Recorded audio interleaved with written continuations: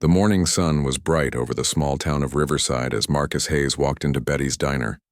He wore simple clothes, just jeans and a regular shirt, nothing that would make anyone look twice at him. The diner smelled like coffee and bacon, and Marcus smiled as he slid into his usual booth by the window. He came here every week on his day off, always ordered the same breakfast, and Betty always knew exactly what he wanted before he even asked. Today was supposed to be a quiet morning. Just him and his coffee and maybe the newspaper if someone had left one behind. Marcus worked hard all week at the military base north of town, and these quiet mornings were something he looked forward to. He pulled out his phone and started scrolling through messages. Nothing important, just checking in on things while he waited for his food. The bell above the door rang and Marcus glanced up out of habit. A police officer walked in, and Marcus recognized him as Dale Kruger from around town. Kruger had a reputation, though Marcus had never dealt with him personally. The officer's eyes scanned the diner slowly, like he was looking for something wrong, looking for trouble where there probably wasn't any. His gaze landed on Marcus and stopped.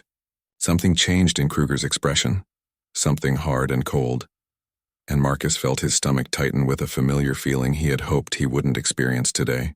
Kruger walked straight over to Marcus's booth, his hand resting on his belt near his weapon. The diner had been full of quiet conversation and the clink of silverware, but now people were starting to notice, starting to turn and watch what was happening. Marcus set his phone down slowly and looked up at the officer standing over him.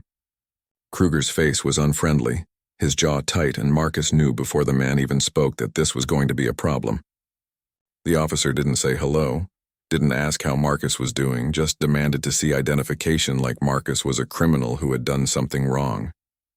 Marcus felt confused and asked what the problem was, why he needed to show his identification when he was just sitting here waiting for breakfast. Kruger's voice got harder and he said there had been reports of suspicious activity in the area. Marcus knew this was nonsense, knew there was no suspicious activity, knew the only thing suspicious here was a black man sitting peacefully in a diner. But he also knew how these situations could go bad quickly, so he reached slowly for his wallet, making sure his hands were visible, making sure he did nothing that could be misunderstood. Betty came out from behind the counter, her face concerned, and she told Kruger that Marcus was a regular customer, that he came in all the time, that there was no problem here. Kruger told her to stay out of it, that this was official police business, and Betty looked angry but also worried. Marcus handed over his military identification card, the one that showed his rank and clearance, hoping that would end the situation quickly. But Kruger barely looked at it before saying it could be fake. Marcus felt anger rising in his chest but pushed it down because getting angry would only make things worse. He asked what grounds the officer had for questioning him, what law he had broken. Kruger listed off charges that made no sense: loitering and trespassing and failure to cooperate, even though Marcus was cooperating completely. The whole diner was watching now. Some people had their phones out recording, and Marcus could hear people muttering, could hear the disapproval in their voices. But Kruger didn't seem to care what anyone thought. He reached for Marcus's arm and said he was under arrest for resisting, even though Marcus hadn't resisted anything. Marcus let himself be handcuffed because fighting back would give Kruger exactly what he wanted, would give him an excuse to use force. As Kruger pulled him to his feet, Marcus stayed calm on the outside even though inside he was furious and hurt and tired of this happening. Betty was on her phone calling someone, and other customers were protesting loudly, but Kruger ignored all of them. He pushed Marcus toward the door, rough and unnecessary, treating him like a dangerous criminal instead of a man who had just wanted breakfast.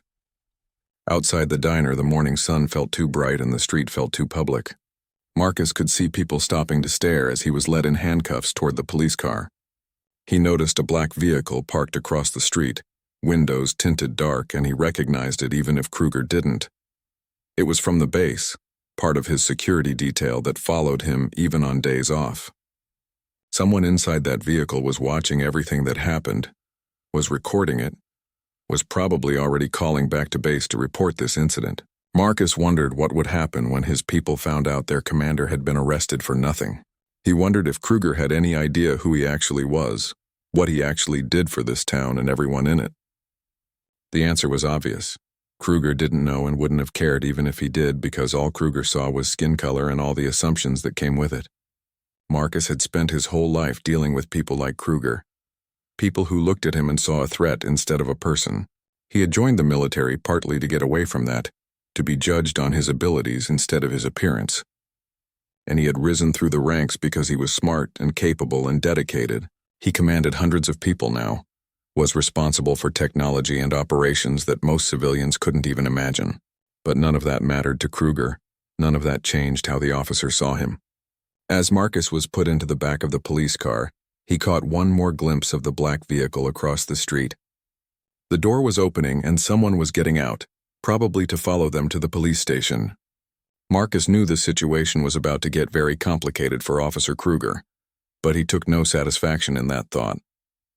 He just felt tired and disappointed that even now, even with everything humanity had accomplished, even with the threats they faced from beyond their world, some people still couldn't see past something as meaningless as skin color.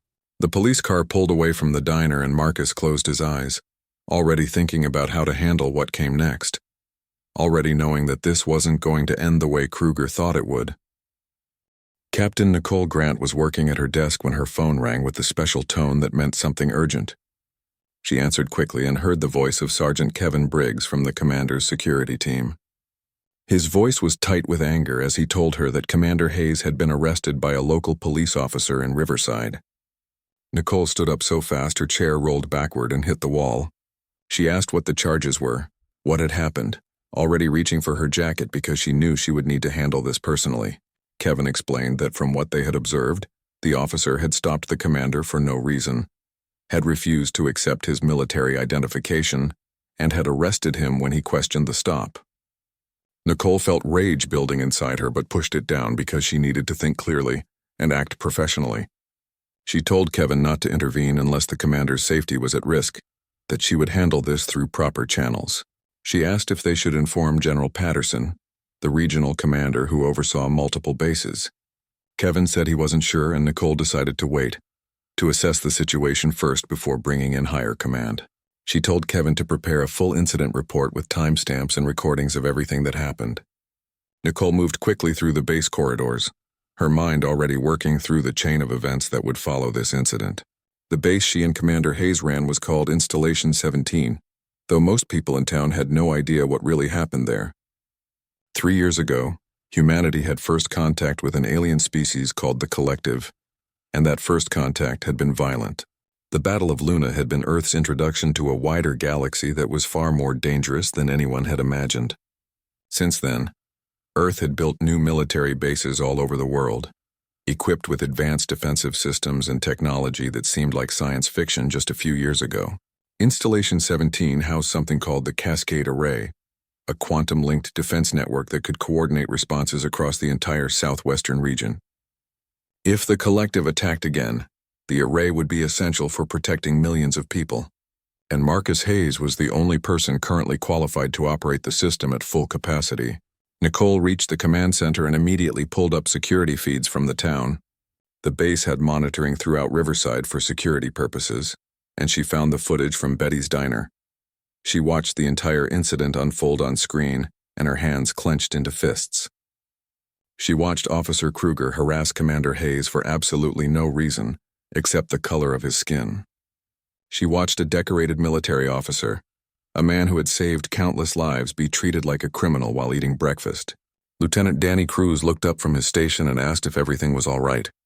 Nicole's voice was cold as she told him no. Everything was not all right.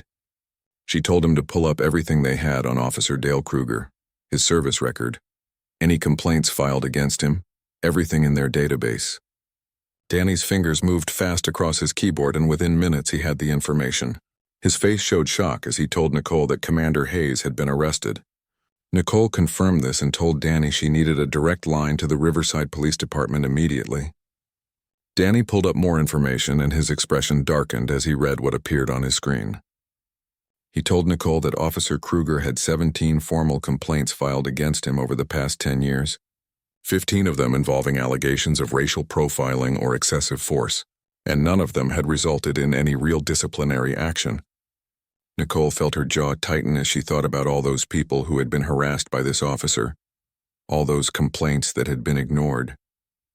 She thought about how Commander Hayes could have been any one of those people, except he had the position and rank to fight back in ways they probably couldn't. The thought made her even angrier, because justice shouldn't depend on whether someone had enough power to demand it. She told Danny to get Chief Watson on the phone immediately. While Danny made the connection, Nicole reviewed the incident footage again, making notes of every detail, every moment that showed Kruger had no legitimate reason for his actions. She thought about Marcus, about everything he had accomplished in his career, about how he had risen through the ranks despite facing obstacles that people like Kruger put in his way. Marcus had graduated top of his class at the military academy, had served with distinction in multiple operations, had been personally selected to command Installation 17 because of his exceptional abilities. And none of that had mattered to Kruger, who had seen only skin color and made his assumptions based on nothing else. The phone connection went through and Nicole heard Chief Watson's voice on the other end. She identified herself and could hear the confusion in his voice as he asked why the base was calling. Nicole's voice was professional but hard as she explained that one of his officers had just arrested Commander Marcus Hayes, the commanding officer of Installation 17.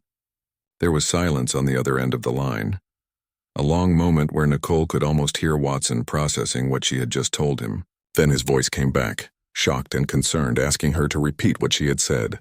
Nicole repeated it, adding that she had reviewed the footage of the incident and that Officer Kruger had no probable cause for the stop or the arrest.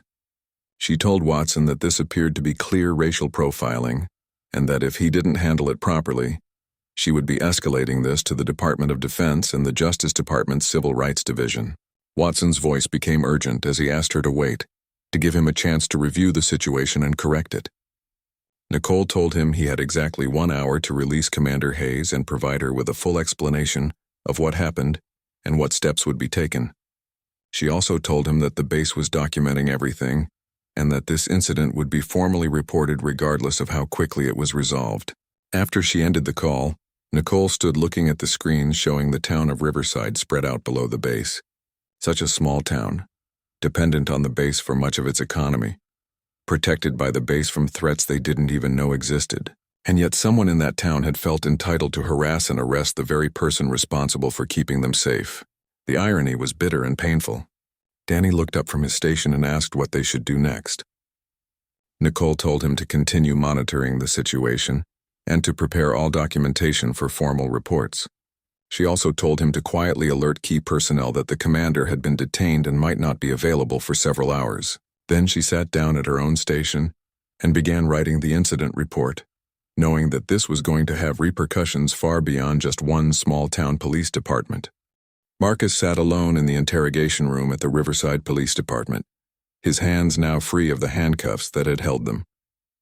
The room was exactly what he expected: bare walls, a metal table, uncomfortable chairs, and a mirror that was probably one-way glass. They had processed him like a common criminal, taken his belongings, and left him here to wait. Marcus knew the procedure well because this wasn't his first time being wrongfully detained, though it had been years since the last incident. He sat calmly with his hands folded on the table, his face showing none of the anger and frustration he felt inside. The door opened and Officer Kruger walked in carrying a folder. He sat down across from Marcus with a smug look on his face, like he had won some kind of victory. Kruger leaned back in his chair, trying to look powerful and in control, and asked Marcus what he was really doing in Riverside. Marcus kept his voice even and calm as he repeated what he had already said, that he was having breakfast at Betty's diner like he did regularly on his days off. Kruger asked where Marcus worked and how he could afford to eat out regularly, his tone suggesting he thought Marcus was lying. Marcus told him he worked at the installation north of town, keeping his answers simple and truthful. Kruger made a dismissive sound and asked what Marcus did there, suggesting maybe janitorial work in a way that was clearly meant to be insulting. Marcus said nothing, just looked at Kruger with steady eyes, refusing to take the bait or show any reaction to the obvious attempt to provoke him. Kruger leaned forward and said he thought Marcus was up to something, maybe dealing drugs or planning robberies. He said the town didn't need people like Marcus bringing trouble. Marcus repeated the words back to Kruger, asking what he meant by people like him. Kruger said people who didn't respect authority, who thought the rules didn't apply to them, but Marcus could hear what he really meant underneath those words. Before Marcus could respond, there was a sharp knock on the door and it opened fast. Chief Watson stood there and his face was pale and angry. He told Kruger to come outside immediately, his voice making it clear this wasn't a request. Kruger frowned but got up, telling Marcus they weren't done yet before following his chief into the hallway. Marcus could hear raised voices through the door, couldn't make out the exact words but could tell Watson was furious about something. In the hallway, Watson was barely containing his anger as he told Kruger exactly what he had done. He told Kruger that he had just arrested Commander Marcus Hayes, the commanding officer of Installation 17, the most important military facility in the entire region. Watson's voice got louder as he said he had just been on the phone with Captain Grant from the base, who had made it very clear that this incident would have serious consequences. Kruger's face lost all its color as he processed what his chief was telling him. He stammered something about how Marcus was just sitting there in civilian clothes. How was he supposed to know? Watson asked him why that mattered, asked if military personnel weren't allowed to eat breakfast in peace. He told Kruger he had reviewed the body camera footage and there was no probable cause for the stop, no reason to demand identification, and absolutely no justification for the arrest. Kruger tried to defend himself, saying he was just doing his job, but Watson cut him off.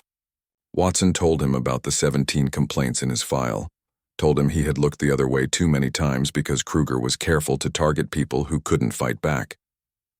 But now Kruger had made a catastrophic mistake by harassing someone who could fight back and who had the position to make sure there were real consequences. Kruger asked what Watson was going to do, and the chief told him they would discuss his future with the department later. Right now, Watson was going to personally apologize to Commander Hayes and release him immediately. Watson turned and went back into the interrogation room, leaving Kruger standing in the hallway looking sick. Inside the room, Watson found Marcus sitting calmly, showing no signs of stress or worry despite everything that had happened. Watson had to admire the man's composure and control. He apologized immediately, saying Commander Hayes was free to go, and that his belongings were being retrieved. Marcus stood up slowly and looked at Watson with an expression that was hard to read. He thanked Watson for the apology but said this wasn't really about him personally. He asked how many other people Kruger had done this to, people who didn't have rank or position to protect them from abuse. Watson had no good answer for that question, could only look away uncomfortably. Marcus continued, saying that the real problem was how many people had been treated this way and had their complaints ignored. He said Watson needed to think about that and about what kind of police department he was running. Watson nodded slowly, knowing Marcus was right, knowing he should have acted long before this moment. Marcus's belongings were returned to him, and he walked out of the interrogation room with his head high. When he stepped outside the police station, he was surprised to see a crowd of people gathered. Word had spread through Riverside about what happened, and many townspeople had come to show their support. Marcus recognized many faces from around town, people he had greeted at the store or seen at other local businesses. Several people came forward to apologize for what had happened, to say that Kruger didn't represent the town. An elderly woman told Marcus that Kruger had always been trouble, and that many people had complained about him over the years. Others nodded and agreed, their faces showing genuine concern and support. Marcus thanked them all, touched by their response, and made his way to the black vehicle where Sergeant Briggs was waiting. As they drove back toward the base, Briggs filled Marcus in on what had been happening while he was detained. He told Marcus that Captain Grant had been coordinating with the Department of Defense and that General Patterson wanted to speak with him as soon as possible. Marcus nodded, not surprised by any of this. He knew an incident like this would create waves far beyond Riverside. He looked out the window at the desert landscape passing by and thought about how strange life could be. Humanity had fought off an alien invasion, had united nations that used to be enemies, had developed technology that seemed impossible just years ago, but prejudice and ignorance still existed, still caused pain and injustice. They arrived at the base and passed through the security checkpoints, the familiar routine comforting after the chaos of the morning. Nicole was waiting in his office and she stood at attention as he entered, her face carefully controlled but her eyes showing anger. Marcus told her to relax and thanked her for handling the situation. Nicole said this wasn't about him. It was about the principle, about making sure abuse of authority didn't go unchallenged. Marcus agreed completely and asked what the status was with the police department. Nicole told him that Chief Watson had placed Kruger on administrative leave and was likely going to recommend termination. Marcus sat in his office reviewing the reports Nicole had prepared, impressed as always by her thoroughness and efficiency. She had documented everything, created a timeline of events, gathered all the relevant footage and communications. The incident report was professional and detailed, leaving no doubt about what had happened or why it was unacceptable. Nicole stood near his desk waiting for him to finish reading. When he looked up, she told him there was something else he needed to know. The mayor of Riverside had requested a meeting with him, and apparently there was quite a bit of concern in the town about how the base would respond to this incident. Marcus raised his eyebrows, curious about this development. Nicole explained that once word got out about who Marcus was and what he did, many people in town became worried about potential consequences. The town's economy depended heavily on the base, with many local businesses relying on personnel from the installation for their income. People were afraid the base might cut ties with the town or reduce its presence in the community. Marcus leaned back in his chair, thinking about this angle he hadn't fully considered. He knew Riverside relied on the base economically, but he hadn't thought about how this incident might create fear about retaliation. Nicole suggested perhaps a town hall meeting where Marcus could address the community directly, explain the situation, and talk about the relationship between the base and the town. Marcus thought this was a good idea and told Nicole to arrange it. He wanted to use this as an opportunity to educate people about what the base actually did, why it mattered, and what kind of community standards should exist. His phone rang and the voice on the intercom told him General Patterson was on the secure line. Marcus picked up and greeted the general. Patterson's gruff voice came through clearly, asking if Marcus was all right. Marcus assured him he was fine, just annoyed by the whole situation. Patterson was quiet for a moment before saying the incident was completely unacceptable. He told Marcus he was authorizing whatever resources were needed to handle this properly, and that he would be speaking with the governor about the matter. Marcus thanked him for the support, and Patterson's voice softened slightly as he said Marcus was one of his best commanders. He said what Marcus did at Installation 17 was crucial to planetary defense, and that the police officer was not just a bigot, but a fool for not recognizing that. Marcus agreed, but pointed out that Kruger didn't care about any of that, only saw skin color and made assumptions. Patterson said he would be watching the situation closely and to keep him updated before ending the call. Marcus sat quietly for a moment, then looked up at Nicole and told her to get back to work because they still had a planet to defend. Over the next few days, preparations were made for the town hall meeting. Mayor Linda Shaw coordinated with Nicole to ensure the community center would be available, and that word got out to everyone in town. The response was overwhelming, with people calling and emailing to say they would attend. Many expressed embarrassment about what had happened and wanted to show their support for Marcus and the base.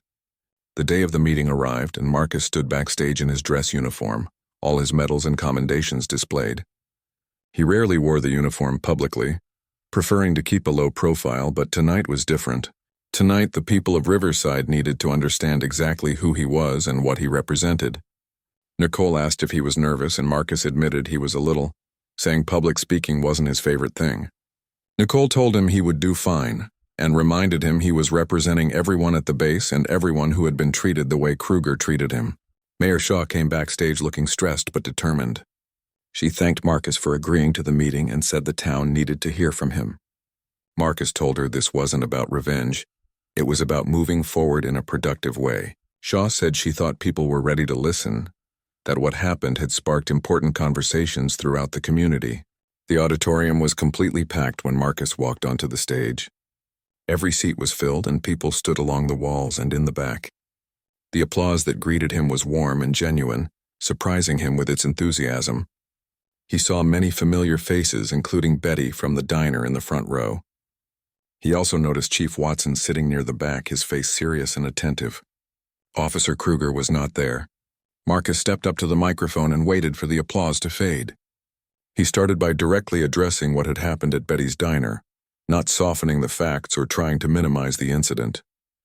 He explained that he had been racially profiled and wrongfully arrested, that this wasn't a misunderstanding but a deliberate act of harassment based on skin color. He said some people might think it didn't matter because he was released and the officer was on leave, but it mattered because this behavior was unacceptable in any community. Marcus pulled up holographic displays showing images that had been declassified for public viewing. The crowd gasped as they saw footage of alien spacecraft engaging Earth forces near the moon.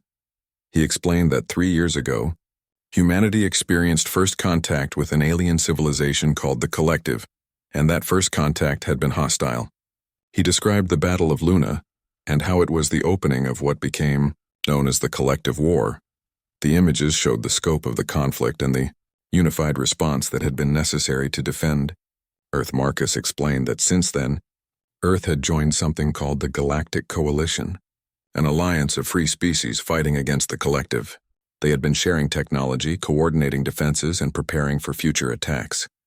He showed them images of Installation 17's underground complex, explaining that the base housed the Cascade Array, a quantum-linked defense network that coordinated defensive systems across the entire southwestern region. He told them that if the Collective attacked again, the Array would detect them, coordinate the response, and help protect over 2 million civilians, including everyone in this room. The audience was completely silent, hanging on every word. Marcus could see understanding dawning on faces throughout the crowd as people realized the true importance of the base they had taken for granted. He told them he was sharing this information not to brag but to provide context. He described the 473 men and women who worked at Installation 17, people from every background and ethnicity and religion. He said what united them wasn't their appearance but their commitment to defending Earth and all its people. Marcus's voice became firmer as he explained that when Officer Kruger arrested him, he wasn't just insulting Marcus personally, but every person of color who served in the military and risked their lives to protect civilians. He said Kruger was perpetuating a prejudice that had no place in modern society, especially in a world where they faced threats that didn't care about skin color or national origins. He looked around the room, making eye contact with different sections of the audience. He said he wasn't there to threaten Riverside or demand anything unreasonable, but that military personnel under his command deserved to be treated with respect when they visited town. Marcus looked directly at Chief Watson sitting in the back of the auditorium and said he had been assured that Officer Kruger's actions were being investigated and that appropriate measures would be taken. He said he trusted the Riverside Police Department would do the right thing. Watson nodded seriously, acknowledging the statement and the responsibility that came with it. Marcus's expression softened as he talked about wanting to build a stronger relationship between Installation 17 and Riverside. He said he wanted base personnel to feel welcome in town and wanted townspeople to understand that the base was there to protect them, not to be separate from them. He talked about growing up in a small town similar to Riverside, about knowing the value of community and neighbors looking out for each other. He said that was what he wanted to foster here, but it required mutual respect and understanding. It required recognizing that prejudice and discrimination had no place in their society. He opened the floor for questions and many hands shot up immediately. Marcus pointed to an older man in the third row who identified himself as Frank Palmer, owner of the hardware store. Frank apologized for what happened and asked how the community could do better. Marcus thanked him for the question and said it started with awareness and accountability. He said the police department needed to take complaints seriously, and there needed to be real consequences for officers who abused their authority. Beyond that, he said it was about fostering a culture of inclusion and speaking up when you saw discrimination happening, instead of being a passive bystander. A younger woman near the front identified herself as Amy Chen, a teacher at the high school. She asked if Marcus would be willing to speak to students about his work and experiences. Marcus said he would be honored and would also arrange tours of the unclassified parts of the facility for students interested in military or scientific careers. A middle-aged woman named Susan Blake, who worked at county administration, asked nervously if the base was going to reduce its engagement with the town because of what happened. Marcus answered honestly that it wasn't their intention to do so, but if incidents like this continued, it would naturally affect how comfortable his personnel felt spending time and money in Riverside. He said the best way to ensure a continued strong relationship was to ensure everyone who visited town was treated fairly and respectfully. A burly man in the back stood up without waiting to be called on. He identified himself as Carl Jennings and said with false respect that this seemed like an overreaction. He suggested Kruger had just made a mistake and asked if Marcus wasn't being too sensitive about it. The room erupted in angry responses with people shouting at Jennings to sit down. Marcus raised his hand for quiet and asked Jennings a question. He asked if Jennings would consider it just a mistake if he was sitting peacefully in a diner, and a police officer demanded his identification for no reason, then arrested him despite having broken no laws. Jennings started to say that was different, that he wasn't, but trailed off as he realized what he was about to reveal. Marcus pointed out that Jennings couldn't even imagine being treated that way because of his skin color. And that was exactly what privilege meant. He noted that Kruger had 17 complaints for similar behavior, meaning this wasn't a mistake but a pattern. Jennings sat down looking sullen, and several people around him moved away slightly, distancing themselves from his views. Betty stood up from the front row and said Marcus had always been kind and respectful every time he came to her diner. She said what Kruger did was shameful, and that everyone in town knew it. She said Marcus had her full support and she knew she wasn't alone. The applause at her words was sustained and genuine. Mayor Shaw stood up and added that Marcus had been more than gracious about the situation. She said he could have responded very differently, could have made things difficult for the entire town, but instead he was there offering to build bridges and strengthen the community. She said they owed him not just thanks but a commitment to do better. The applause was even louder this time, and Marcus could see genuine emotion on many faces. He took several more questions, mostly about the base and its mission, before wrapping up the meeting. As people filed out, many stopped to shake his hand or thank him personally. Frank Palmer came up with a young man he introduced as his son Jacob. Frank said Jacob had been thinking about joining the military, and after seeing what Marcus did, he had made up his mind. He asked if there was room for one more at the installation. Marcus shook Jacob's hand and told him they always had room for dedicated people, inviting him to come by the base next week to talk about opportunities. Betty pushed through the crowd with a plate piled high with food, telling Marcus he needed to eat to keep his strength up for protecting everyone. Marcus laughed and accepted the plate, joking that he would need to start running more miles if he kept eating her cooking. Betty patted his arm and told him nonsense, that he was perfect just as he was. Nicole found Marcus near the refreshment table and told him she had been talking to Mayor Shaw about community outreach programs. She said Shaw was very enthusiastic about setting up regular meetings between town leadership and base leadership. Marcus agreed this was good, and they needed to maintain the momentum. Amy Chen approached again about speaking to her students, and they confirmed that next Friday would work. Marcus made a mental note to coordinate with Nicole on bringing visual materials and other officers who could discuss different specialties. As the reception continued, Marcus stepped outside for a quiet moment. He stood on the steps looking out at Main Street as the sun set, painting the sky orange and purple. Chief Watson approached looking hesitant. He told Marcus that the city council had accepted his recommendation, and Officer Kruger was no longer employed by the Riverside Police Department. Marcus asked how Kruger was taking it, and Watson said not well, that Kruger was threatening to sue for wrongful termination. But given his record and the circumstances, Watson didn't think he had much of a case. Watson also said he had started implementing mandatory training for all officers on implicit bias and de-escalation techniques, admitting they should have been doing this years ago. Marcus agreed it was better late than never, and told Watson that what he was doing now took courage. Watson looked grateful and said if Marcus ever needed anything from the police department, to call him directly. As Watson walked away, Marcus thought about how much had changed in just 3 weeks. A wrongful arrest that could have created lasting resentment had instead become a catalyst for positive change. Nicole joined him on the steps and said he had done good today, both in handling the situation and in the meeting. Marcus corrected her, saying they had done good, that this wasn't just him. Nicole asked what he was thinking, and Marcus admitted that when Kruger was arresting him, he had wondered if anything would ever really change, if they would still be fighting the same battles over prejudice that had been going on for centuries. Nicole asked what he thought now, and Marcus said he thought change was possible. Not easy or quick, but possible as long as there were people willing to stand up and do the right thing. 2 weeks after the town hall meeting, Marcus was in the command center reviewing routine reports when alarms suddenly began blaring throughout the entire facility.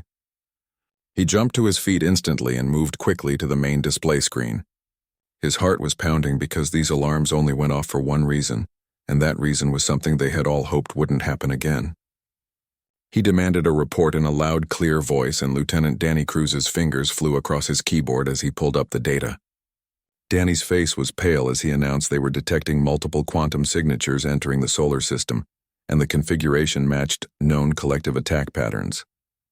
Marcus felt ice run through his veins because the collective hadn't made any significant moves against Earth in over a year. Intelligence reports had suggested they were focused on other parts of the galaxy, fighting battles far away from human space.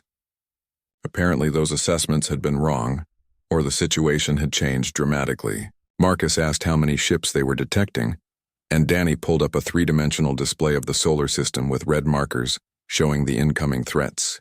Danny said initial count was 18, collective vessels of varying sizes, and they were moving toward the inner system on a trajectory that pointed directly at Earth. Marcus's mind was already racing through response protocols and defensive options as he ordered the alert sounded throughout the base.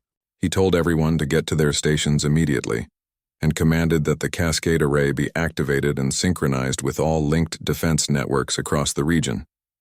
Nicole rushed into the command center, still fastening her uniform jacket.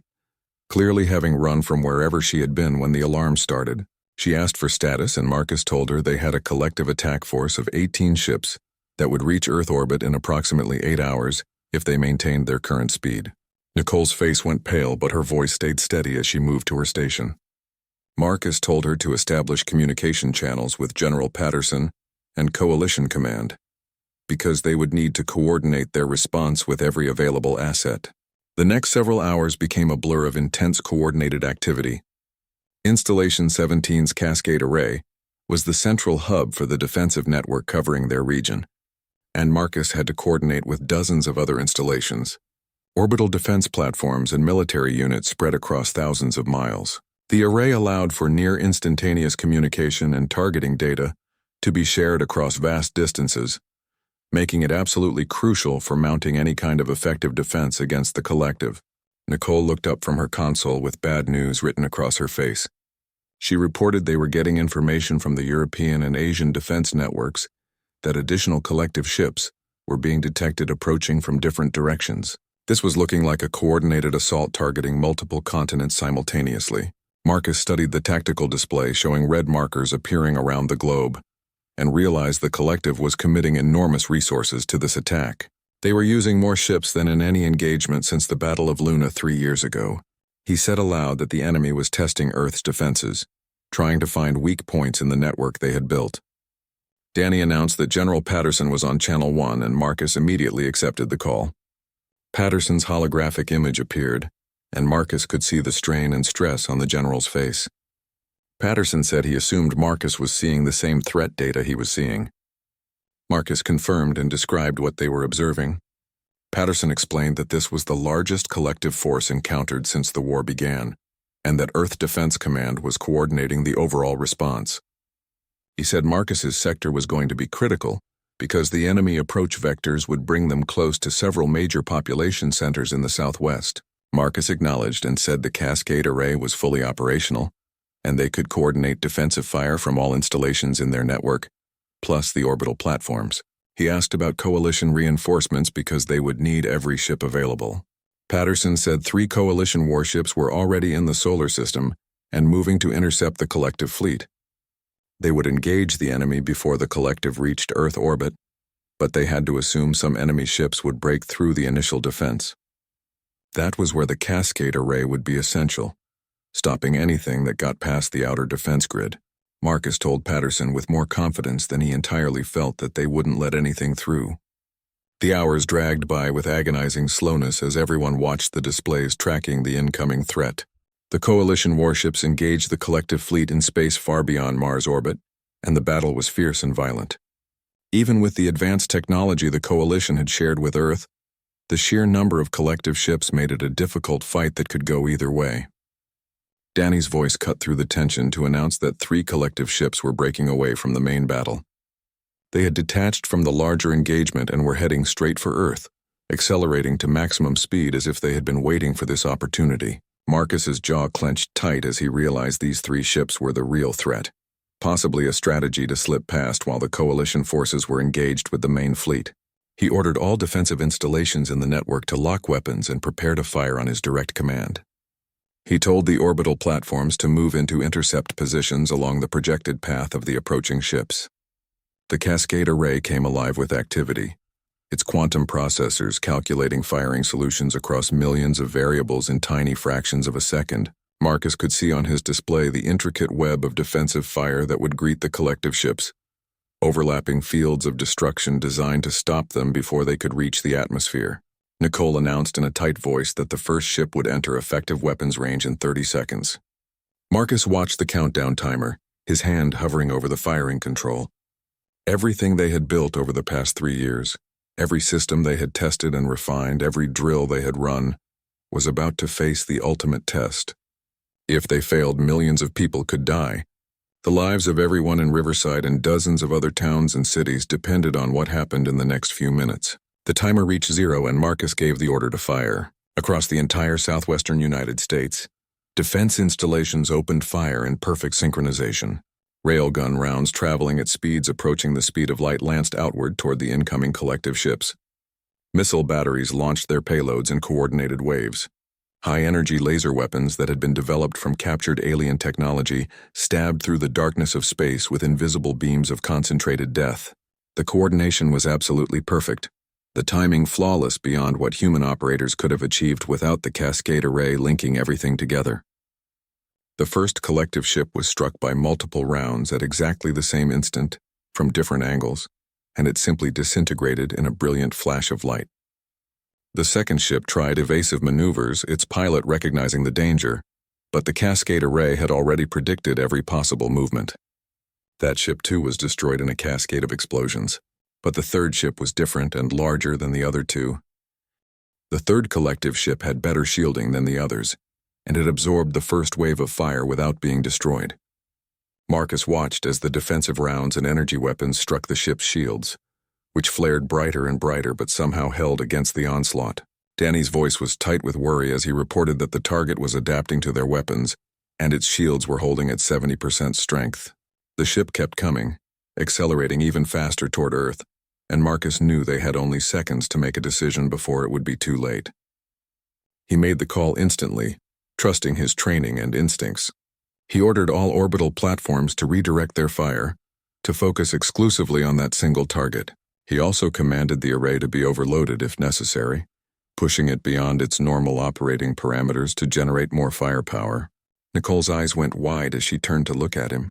She pointed out that overloading the array could cause permanent damage to the system, potentially taking it offline for weeks, or even months. Marcus met her gaze steadily and said he was aware of the risk, but they could not let that ship reach the atmosphere. If it got through and attacked a populated area, thousands or even millions could die. The potential damage to the array was acceptable compared to that cost. Nicole nodded and began implementing his orders, her fingers moving rapidly across her controls. The combined firepower of every available weapon in their network now focused on the single remaining collective ship like a hammer of light and metal. The amount of energy being directed at one target was staggering, far more than the ship's designers had ever intended it to face. The collective ship's shields flared even brighter, becoming almost too bright to look at directly on the display screens. For several long seconds that felt like hours, it seemed like the shields might actually hold against everything being thrown at them. Marcus could see the strain on everyone's faces as they watched the display, knowing that if this didn't work, they had no backup plan. Then something changed on the display. The shields began to flicker and pulse irregularly, showing signs of catastrophic failure. The collective ship tried to alter course, tried to escape the focused fire, but there was nowhere to go. The shields collapsed completely and the ship itself began to come apart in a cascading series of explosions that spread across its entire hull.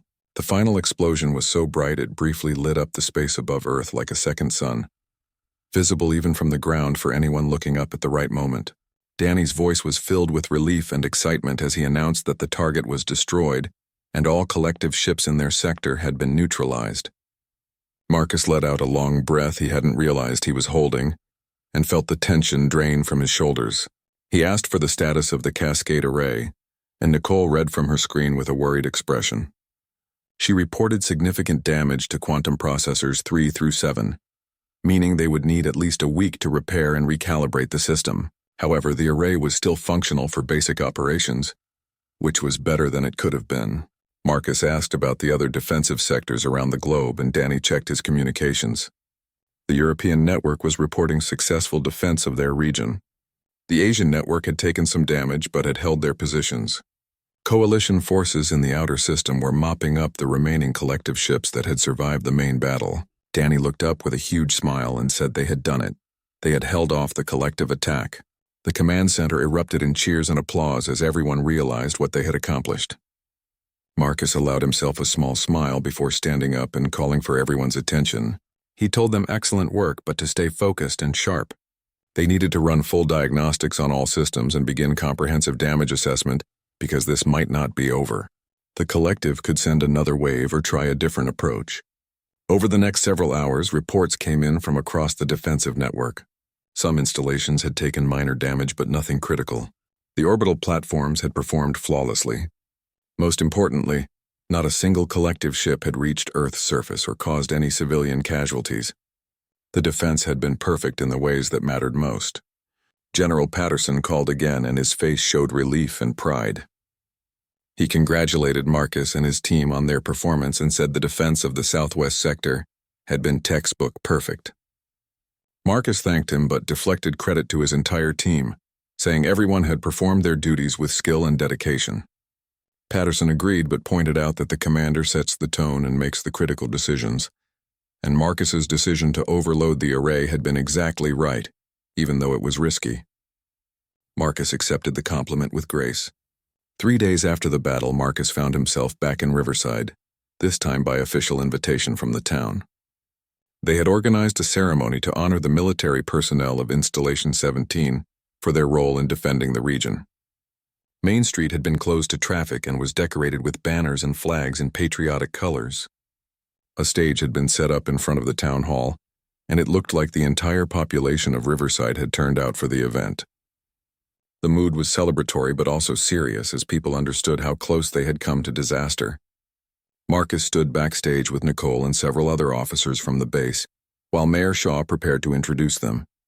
He could hear her voice over the loudspeaker system talking to the crowd. She said that while everyone had always known the base was important, she didn't think anyone truly understood just how important until 3 days ago when the collective had attacked. She explained that while people in Riverside slept safely in their beds, the men and women of Installation 17 stood between them and an enemy that wanted to destroy everything. The crowd applauded enthusiastically and Shaw continued. She told them that during the battle, Commander Marcus Hayes and his team had coordinated the defense of over 2 million civilians across the entire region.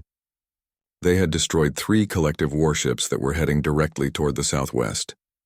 If not for their skill and dedication, many people in the audience might not be alive today. Marcus stepped out onto the stage to thunderous applause that was completely different from the reception at the town hall 2 weeks earlier. Then people had been curious and somewhat cautious. Now they looked at him with genuine admiration and gratitude, understanding at last what he and his people did every day. Marcus thanked Mayor Shaw and thanked everyone who came out to the ceremony.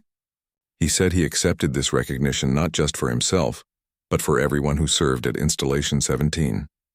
He gestured to the other officers on stage and named them, making sure everyone understood this was a team effort. He explained that every technician, every analyst, every soldier had showed up and done their job when it mattered most. Marcus looked out at the crowd and said he wanted to tell them something important about the people who were most critical to their success. He explained that Lieutenant Danny Cruz, who operated the tactical systems during the battle, was a first-generation immigrant from Mexico.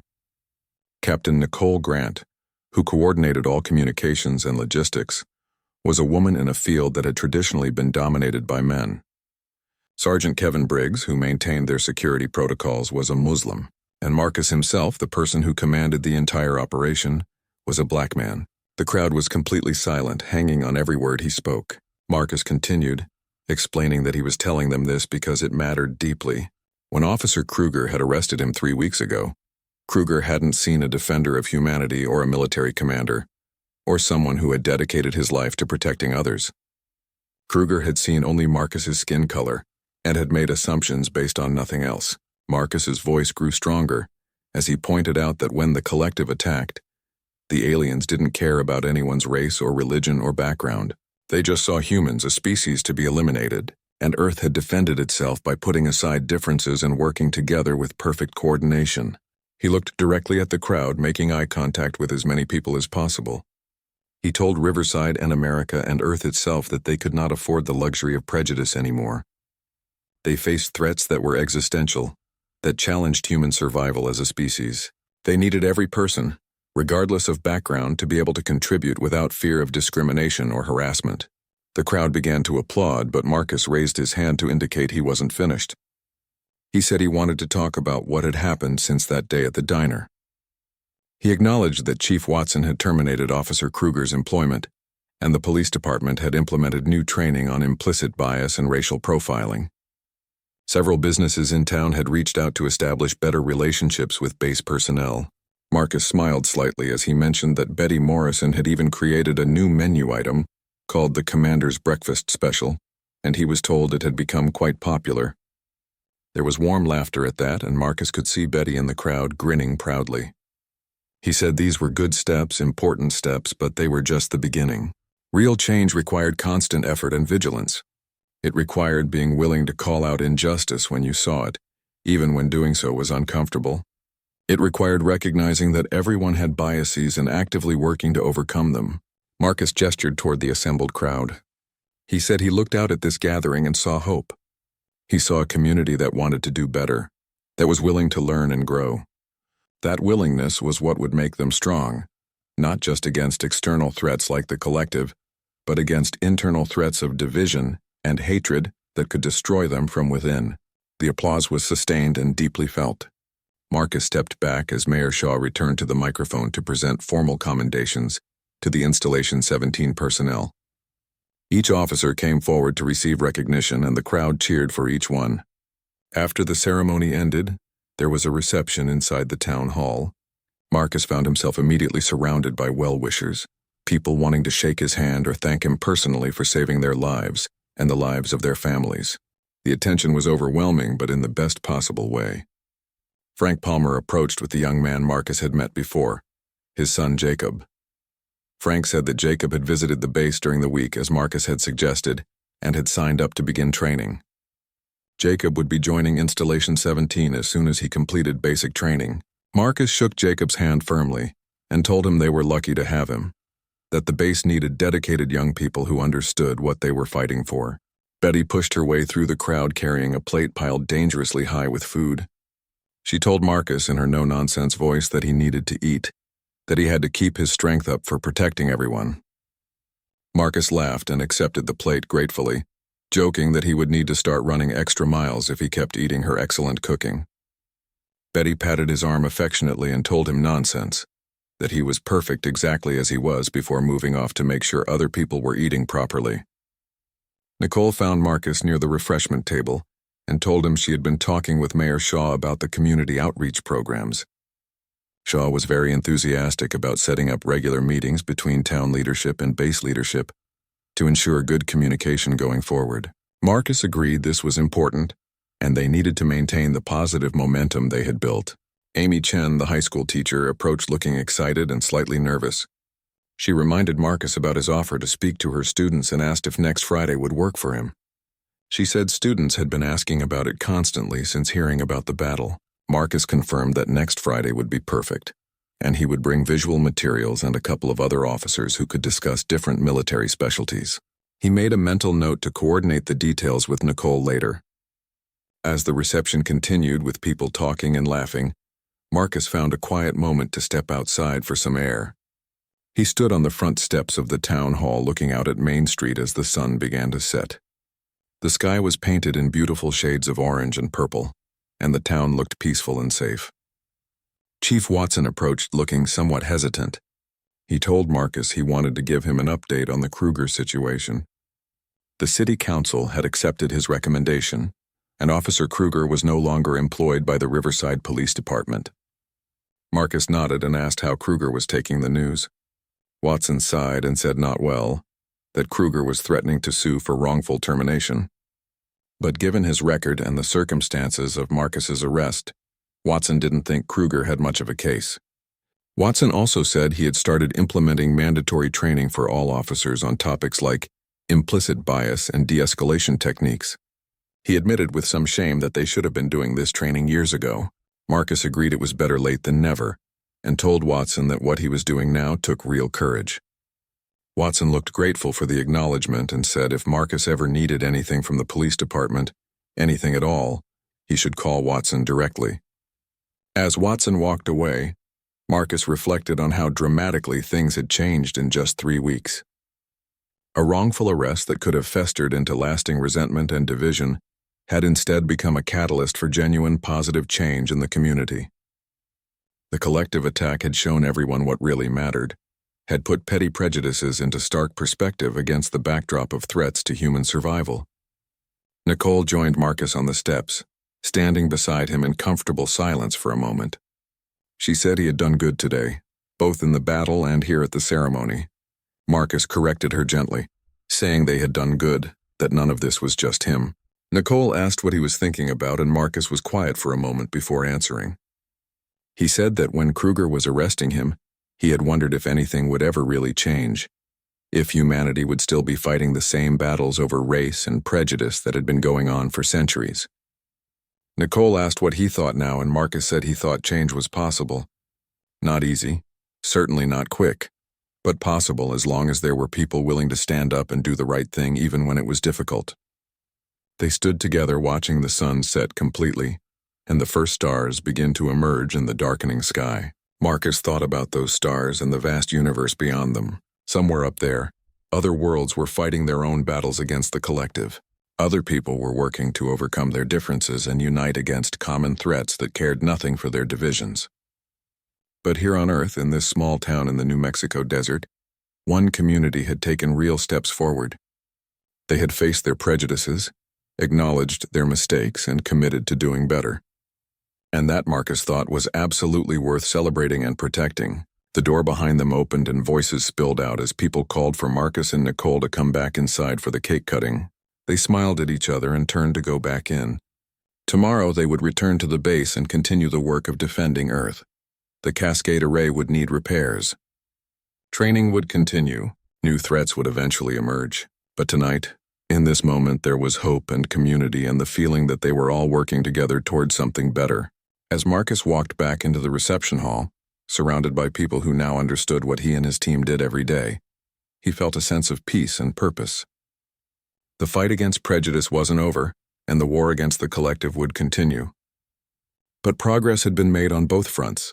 Small victories mattered, because they built the foundation for larger changes. One person standing up against injustice could inspire others. One community choosing to do better could set an example for others to follow. Marcus rejoined the celebration, shaking more hands and accepting more thanks. And he thought about the future with cautious optimism.